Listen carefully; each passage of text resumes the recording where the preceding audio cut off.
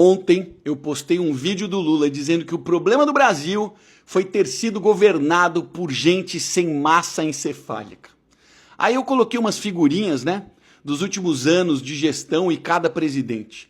Nos últimos 23 anos, 17, o PT estava no poder.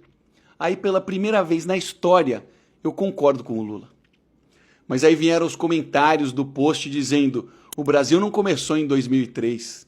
Como se o problema do Brasil viesse antes do Lula. Então vamos lá, vamos voltar no tempo, vamos responder essa pergunta, vamos fazer o que quase ninguém faz, olhar a história.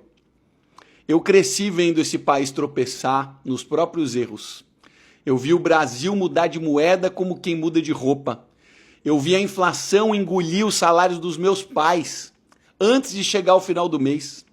Eu vi presidente cair, eu vi gente perder tudo, eu vi gerações inteiras se acostumarem com o caos como se fosse algo normal. E a verdade é que quando você passa por tudo isso, você aprende a reconhecer um padrão.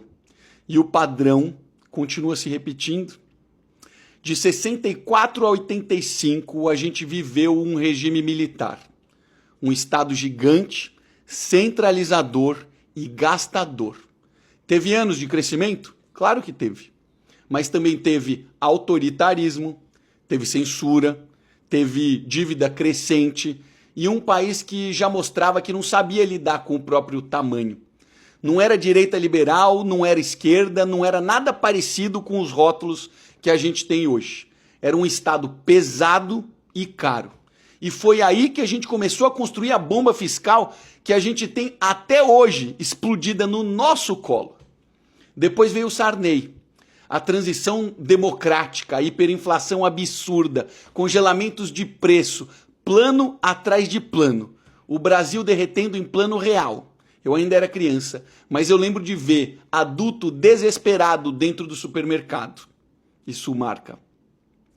O Collor entra prometendo modernidade. Ele abre economia, ele corta ministérios, ele tenta privatizar, ele tenta reorganizar, mas o que ele entrega?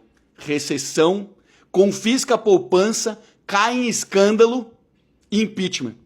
O país parecia andar 2 metros, mas tropeça 3. Aí vem o Itamar e nasce o Plano Real. E pela primeira vez, o Brasil começa a respirar. A primeira vez que aparece alguém que entendeu que a gente precisava arrumar a moeda desse país e estabilizar a economia. FHC assume e continua a estabilização. Privatiza, abre o mercado, segura a inflação, enfrenta a crise externa, macroeconomia firme. Aí você pode criticar um monte de coisa do governo FHC. E tem muita coisa para criticar.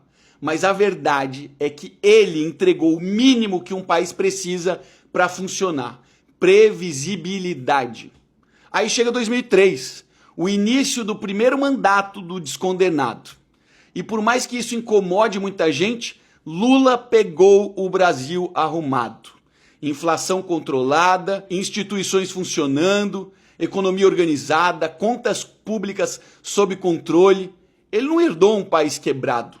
Ele herdou a melhor base econômica dos últimos 30 anos. E o que acontece depois? Todo mundo viu. E quem finge que não viu, escolheu não ver. O PT entra, aparelha, gasta, endivida, manipula estatal, cria rombo, vende ilusão de prosperidade com cheque especial fiscal.